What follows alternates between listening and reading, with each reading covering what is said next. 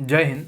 आज के इस वीडियो में हम बात करेंगे अखंड भारत के बारे में और हम इसमें डिस्कस करेंगे कि रियासतों का एकीकरण किस तरीके से भारत में किया गया, किस समय पर भारत के कौन कौन से टुकड़े टूटे गए, किस तरीके से हमारे इस अखंड भारत को अलग किया गया। इस वीडियो लेक्चर में हम लोग डिस्कस करेंगे कश्मीर समस्या के बारे में, जूनागढ़ विलय, हैदराबाद की समस्या हो गई, त्रावणकोर का रिलेटेड हो गया, भोपाल की समस्या, जितनी भी प्रकार की रियासतों ने नौटंकी की थी उन सभी रियासतों के बारे में हम लोग डिटेल से इस वीडियो में जानेंगे। तो चलिए स्टार्ट करते हैं। देखिए, तो सबसे पहले हमारे भारत देश से 1893 ईस्वी में अफगानिस्तान को तोड़कर अलग कर दिया गया और भारत और अफगानिस्तान के बीच खींच दी गई डूरंड रेखा। उस समय तक जो डूरंड रेखा थी वो भारत और अफगानिस्तान के बीच में थी, लेकिन बाद में जब पाकिस्तान पैदा हुआ तो अभी वो वर्तमान समय में रेखा किसके किसके बीच में है? पाकिस्तान और अफगानिस्तान के बीच में है। 1935 ईस्वी को हमसे बर्मा अलग कर दिया गया और 1947 में हमारे प्यारे चचा पाकिस्तान को अलग कर दिया गया रेडक्लिफ रेखा खींचकर। भारत और पाकिस्तान के बीच की रेखा कौन सी है? रेडक्लिफ है। फिर इसी में 71 में पाकिस्तान का विभाजन हुआ और यह टूटकर दो देशों में बढ़ गया, बांग्लादेश और पाकिस्तान। तो जो बांग्लादेश है और भारत, बांग्लादेश और भारत के बीच में जो लाइन है उसे हम लोग जीरो लाइन के नाम से जानते हैं। आखिर ये विभाजन वगैरह हुई है क्यों? तो देखिए, 3 जून के पहले हमारे भारत देश के अंदर स्थिति बहुत बिगड़ चुकी थी। धर्म के नाम पर जातिगत आधार पर लूटपाट, दंगे, बलात्कार जैसी स्थितियां हमारे भारत देश में चरम पर थी।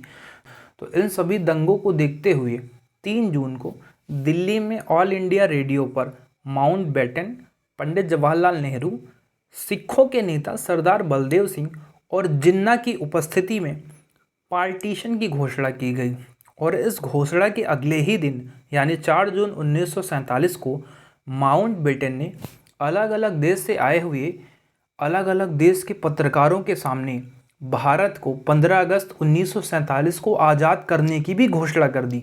यानी 3 तारीख को तो पार्टीशन की घोषणा हुई और 4 तारीख को घोषणा कर दी गई कि भारत को 15 अगस्त को आज़ाद कर दिया जाएगा, जबकि पहले अंग्रेज लोग जाने वाले थे जून 1948 में, पर इन्होंने घोषणा कर दिया कि हम 15 अगस्त 1947 को भारत को भी क्या करेंगे? आज़ाद कर देंगे, सारा मामला निपटा देंगे।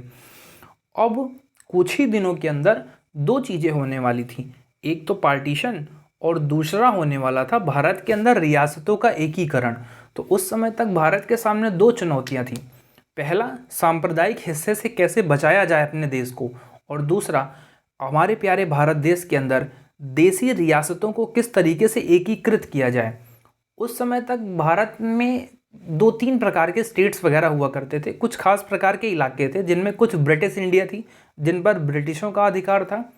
कुछ ऐसे क्षेत्र थे, लगभग 565 रियासतें थी जिन पर भी रियासतों के राजा काम किया करते थे, पर उन पर प्रत्यक्ष या परोक्ष रूप से अधिकार किसका था? वो ब्रिटेन यानी इंग्लैंड का ही था। तो इंग्लैंड ने जब 4 तारीख को यह घोषणा किया कि हम भारत को 15 अगस्त को आज़ाद कर देंगे, तो इसी समय इन्होंने यह भी आज़ाद घोषणा कर दिया कि भारत के अंदर जो रियासतें हैं वो भी अपना व्यवस्था खुद खोज लें। अब ब्रिटेन सरकार किसी भी रियासत को किसी तरीके की मदद नहीं देगी।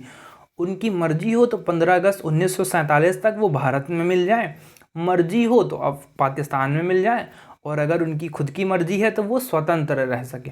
तो इन सभी विवादों के चलते 11 जून को वो सबसे पहला राज्य था त्रावणकोर, जिसने क्या किया? अपनी आज़ादी का ऐलान कर दिया। अगले ही दिन 12 जून को हैदराबाद ने भी यह घोषणा कर दी कि वह खुद को 15 अगस्त 1947 को भारत में नहीं मिलाएगा, वो अपना एक स्वतंत्र देश बनेगा। अब मामला फंस गया। जब माउंटबेटन ने यह घोषणा की कि वो 15 अगस्त को सत्ता भारत के हाथों में समर्पित कर देंगे, तो उसके कुछ दिनों बाद देश के अंदर बहुत भयानक दंगे हुए। अलग अलग लोगों पर कई शहरों में बहुत सारे व्यक्तियों की जानें गई। इस घटना से दुखी थे माउंटबेटन, बहुत दुखी थे। उनको यह लगता था कि आने वाले इतिहास में उनको क्या कहकर दिखाया जाएगा, इतिहास उन्हें इस हत्या का जिम्मेदार मानेगा। ऐसे दुखी होकर वो बैठे ही थे तो उनके पास गए वीपी मेनन, सलाहकार थे। वीपी मेनन उनके पास गए और उन्होंने इनको समझाया कि देखिए, आप इस तरीके से दुखी ना हो, आप क्या करें, भारत के एकीकरण में भारत की मदद करें। अर्थात रियासतों के मिलने में भारत की सहायता करें, जिससे अखंड भारत का निर्माण हो सके, फिर से एक अच्छे भारत का निर्माण हो सके। तो माउंटबेटन ने कहा, देख भाई, हम ठहरे अंग्रेज, पंडित जवाहरलाल नेहरू या पटेल हमको काहे एक्सेप्ट करेंगे रियासतों के एकीकरण के मामले में। तो मेनन ने उनको समझाया कि देखिए, जहाँ तक हम जानते हैं नेहरू और पटेल को, वो देश की अखंडता और एकता के लिए किसी भी हद तक जाने को तैयार हैं। तो इसी क्रम में फिर माउंटबेटन मान गए और पटेल और इनकी मीटिंग हुई, नेहरू और बेटन की। इस मीटिंग के बाद जो पंडित जवाहरलाल नेहरू जी थे, इन्होंने एक प्रस्ताव पारित करवा लिया कि अब रियासतों के एकीकरण में मध्यस्थता करने का काम माउंटबेटन साहब करेंगे। ठीक है। अब ये सारी घटनाएं चल ही रही थी कि 11 जून को त्रावणकोर ने खुद को आज़ाद रहने की घोषणा कर दी। उसी क्रम में 12 जून को हैदराबाद ने यह घोषणा कर दी कि हम 15 अगस्त 1947 के बाद भारत में ना मिलके खुद को एक स्वतंत्र राष्ट्र बनाएंगे। तो अब इन सभी समस्याओं को देखते हुए लग रहा था कि मामला इसे चल नहीं पाएगा। तो भारत सरकार ने 27 जून को रियासत मंत्रालय का गठन किया। उस रियासत मंत्रालय के प्रमुख बनाए गए सरदार पटेल और साथ ही उसके सचिव बनाए गए वीपी मेनन। तो फिर माउंटबेटन, नेहरू और पटेल की देखरेख में वीपी मेनन ने विलय पत्र यानी इंस्ट्रूमेंट ऑफ एक्सेशन को तैयार किया। यह विलय पत्र वही था, जब भी किसी राजा को, रियासती राजा को भारत में शामिल होना होता था तो वह इसी विलय पत्र पर साइन करके भारत में शामिल हो सकता था। और इस विलय पत्र में प्रमुख बातें क्या थी कि भैया देखो, अपना संचार हमको दे दो, विदेशी संबंध हमको दे दो, और अपना डिफेंस यानी सुरक्षा मंत्रालय हमको दे दो। अगर इतना दे दो और इसके बाद इस पर साइन करके चुपचाप भारत में मिल जाओ। तो बहुत से राजा रजवाड़े भारत में मिल गए, पर कुछ ऐसी रियासतें भी थी जो खुद को स्वतंत्र रहने के लिए अडिग थी, या कुछ ऐसी रियासतें थी जो है सौदेबाजी करने के लिए तैयार थी। तो उन्हीं रियासतों में सबसे पहली रियासत के बारे में बात करेंगे हम लोग, त्रावणकोर के बारे में, जिसने 11 जून को आज़ाद रहने की घोषणा कर दी। अब घोषणा कर दी, यहाँ के दीवान थे सीपी रामास्वामी अय्यर। इन्होंने, ऐसा सुनने को मिलता है कि इन्होंने यूके सरकार के साथ गुप्त संधि भी कर ली थी। क्या कर ली थी कि यहाँ पे मोनोजाइट नामक खनिज का भंडार है, और मोनोजाइट का उपयोग होता है परमाणु हथियार बनाने में, जो कि ब्रिटेन के लिए फ़ायदेमंद हो सकता था। साथ ही इनका पाकिस्तान से भी थोड़ा ज़्यादा झुकाव था, इनका लगाव था। यहाँ की जो आबादी थी वो ठीक ठाक हिस्सा हिंदुओं का था।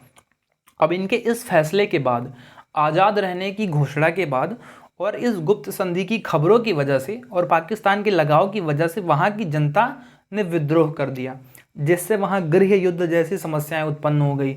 अब इसी विद्रोह के चलते 25 जुलाई को ये बेचारे जा रहे थे एक संगीत सभा में, तो इनके ऊपर उन्हीं हमलावरों ने, जो जनता के विद्रोही थे, विद्रोहियों ने इनके ऊपर हमला कर दिया धारदार हथियार से, और इनका मुंह एकदम काट पीट के इनको एकदम लुल्ल कर दिया। अब ये बेचारे पहुंच गए अस्पताल पहुंचे, तब इनकी अकल ठिकाने आई कि हमको जो ये आज़ाद रहने वाला भूत चढ़ा था, उस सारा यहाँ पिटाई के बाद इनका सारा भूत उतर गया। और 28 जुलाई को ही ये बिस्तर पर पड़े अपने राजा को एक पत्र लिखते हैं कि भैया, हम चाहते हैं कि अब हमने गलत डिसीजन लिया था, आप कहाँ मिल जाइए, भारत में मिल जाइए। तो बस इतने के बाद 30 जुलाई 1947 को इसे भारत में मिला लिया गया। तो कहते हैं ना, लातों के भूत बातों से नहीं मालते, जब ये पिटाए तो चुपचाप आके भारत में मिल गए। अब इसी तरीके में अगर हम देखेंगे थोड़ा, तो जोधपुर, जैसलमेर और बीकानेर, ये 3 रियासतें भी थी जिन्होंने क्या कर दिया, 2 अगस्त को बगावत कर दिया। बगावत करने के बाद 6 अगस्त को ये लोग मांडवली करने जिन्ना के पास पहुंच गए, लाहौर।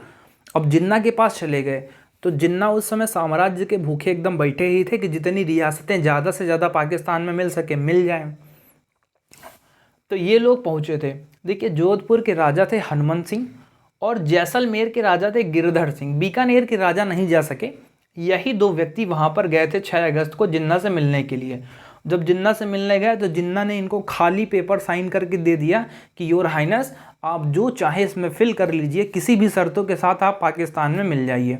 अब हनुमंत सिंह की आंखें एकदम चौंधिया गई कि अरे वाह भाई, इससे बढ़िया क्या हो सकता है, पाकिस्तान में मिलने के लिए जो जो शर्तें चाहिए हम मान लेंगे। अच्छा देखिए, राजा रजवाड़े स्वतंत्र रहने के लिए इस लिए पक्ष में थे क्योंकि उनको लगता था कि अगर हम भारत में मिलेंगे तो हमारा लोकतंत्र ख़त्म हो जाएगा, हमारी रियासतें चली जाएंगी, राजा रजवाड़ा वालापन चला जाएगा, तो हम कुछ कर नहीं पाएंगे ना। अपनी सत्ता बरकरार रखने के लिए वो लोग क्या करते थे, ना मिलने के लिए तैयार थे। तो अब इन्होंने क्या कहा, जिन्ना के सामने जोधपुर के महाराज ने क्या शर्तें रखी कि देख भाई जिन्ना, सेना और किसान जो मिलकर सहायता करके हमारे जो हथियारों का निर्माण करेगी, उन हथियारों को आयात के लिए निर्यात के लिए आपके कराची बंदरगाह तक हमको रेलवे लाइन चाहिए। तो इन्होंने बोला ठीक भाई ले जाओ। और अब इनसे पूछा गया जैसलमेर वाले से कि भैया गिरधर सिंह तुमको क्या चाहिए। तो गिरधर सिंह बेचारे थोड़ा बहुत चकित होकर बोले कि देखिए जिन्ना साहब, अगर फ्यूचर में कभी हिंदू और मुस्लिम के नाम पर लड़ाई हुई तो हम ये चाहते हैं कि आप मुस्लिमों का पक्ष ना लेकर हिंदू मुस्लिम की लड़ाई के मामले पे क्या रहेंगे, न्यूट्रल रहेंगे। इतना सुनकर जिन्ना अंदर से हिल गए और इन्होंने समझाया कि ऐसी कभी नौबत ही नहीं आएगी, हिंदू मुस्लिम एकदम प्रेम से रहेंगे। और जबकि जो जिन्ना भैया थे ये पहले ही हिंदू मुस्लिम के नाम पे बंटवारा करके पाकिस्तान बनवा लिए थे। तो देख रहे हैं राजनीति में क्या क्या हो सकता है। इनके थोड़ा असहमति की वजह से 6 अगस्त को पाकिस्तान का विलय नहीं हो सका। पाकिस्तान का जब विलय नहीं हुआ तो ये बात पता चली सरदार पटेल को, और सरदार पटेल को जब पता चला कि ये लोग गए थे वहाँ मिलने के लिए, तो इन्होंने फट से माउंटबेटन के साथ संपर्क किया कि आप हनुमंत सिंह को बुलवाइए दिल्ली और उनसे मिलकर उनको यह सलाह दीजिए कि वो आगे हमसे मिलें। तो उनके कहने पर, पटेल के कहने पर, बेटन ने हनुमंत सिंह को 9 अगस्त को दिल्ली बुलवाया। तो 9 अगस्त को हनुमंत सिंह गए दिल्ली मिलने के लिए, और जब ये दिल्ली पहुंचे बेटन से मिले वहाँ पर, तो बेटन ने इनको सजेस्ट किया कि आप जाकर किससे मिलिए, पटेल से मिलिए। और पटेल तो यही चाहते थे कि आओ भाई हमारे पास। 10 अगस्त को महाराज हनुमंत सिंह वापस दिल्ली गए और ये मिले सरदार पटेल से। सरदार पटेल ने इनको समझाया हनुमंत सिंह को, देख भाई हनुमंत, तुम्हारे पिता उमेश सिंह जी हमारे बचपन के मित्र थे और तुम उनके बेटे हो, तो बेटा चुपचाप भारत में मिल जाओ, हमको पिता के रोल में उतरने पर मजबूर मत करो। तो इन्होंने कहा देखिए सर, हम मिल तो जाएंगे लेकिन पाकिस्तान हमको कुछ खास विटेज दे रहा था। इन्होंने कहा देख बेटा, तू हमारा लड़का बच्चा है, जो चाहे वो मांग ले, हम सब देने के लिए तैयार हैं। जो जो सुविधा तुमको पाकिस्तान दे रहा था वो हम भी देंगे। हथियार बनाना है बनाओ, रेलवे लाइन चाहिए हम तुमको कठियावाड़ के रास्ते से जोड़ देंगे, तो जितनी भी सुविधाएं हैं, और यहाँ तक कि तुम्हारे जब देश के अंदर अकाल वगैरह पड़ेगा तो खाद्य आपूर्ति भी हम कर देंगे। और इस प्रकार से धमकाने से, इनको राजा जी को धमकाने से ये क्या हो गए, मान गए। और मानने के बाद 11 अगस्त 1947 को इन्होंने क्या कर लिया, भारत में विलय कर लिया। अच्छा, इन तीनों राजाओं को भड़काने का काम भोपाल कर रहा था, वो हम आगे समझते हैं। देखिए असल में इन सभी रियासतों को पंच करने वाले जो राजा थे वो थे भोपाल के नवाब हमीदुल्ला। अभी हमीदुल्ला साहब ना पाकिस्तान में मिलना चाहते थे क्योंकि इनकी मोहम्मद अली जिन्ना के साथ पक्की दोस्ती थी, और साथ ही ये बेटन के भी बहुत पक्के दोस्त थे। जिन्ना से इस कदर इनकी दोस्ती थी कि जिन्ना ने इनको पाकिस्तान का सेक्रेटरी जनरल बनने का ऑफ़र तक दे दिया था। अब उस ऑफ़र की लालच में ये पाकिस्तान में मिल जाना चाहते थे। इन्होंने हर तरीके का संभव प्रयास किया। अब देखिए भोपाल भारत के मध्य में है, तो भोपाल का डायरेक्ट पाकिस्तान से मिल पाना संभव नहीं था उस समय तक। तो भोपाल ने क्या दिमाग लगाया कि सबसे पहले हम अगर जूनागढ़, जैसलमेर और बीकानेर को पाकिस्तान में मिलवा देते हैं, फिर उसके बाद बचेगा इसके बीच में मेवाड़, और जैसे ही मेवाड़ पाकिस्तान में मिल जाता है तो भोपाल का पाकिस्तान में मिलने का रास्ता क्या हो जाएगा, आसान। तो ना तो ये मिले और ना ही मेवाड़ के राजा। मेवाड़ के राजा तो पहले से ही अडिग थे कि हम भारत को छोड़कर कहीं जाएंगे नहीं, क्योंकि हमारे पूर्वज महाराणा प्रताप वगैरह मुगलों से युद्ध लड़ते लड़ते शहीद हो गए, तो उनके तो खून में ही बसा हुआ था कि हमको रहना कहाँ है, भारत में रहना है। तो जिन्ना और हमीदुल्ला लाख प्रयास करने के बाद भी मेवाड़ के राजा को मना नहीं सके, और इन लोगों के ना मानने के से तो पूरी तरीके से इनका मनोबल टूट गया, और लास्ट में इन्होंने भी भारत में क्या कर लिया, विलय कर लिया। आगे की रियासतों का एकीकरण अगले वीडियो में, तब तक के लिए जय हिंद।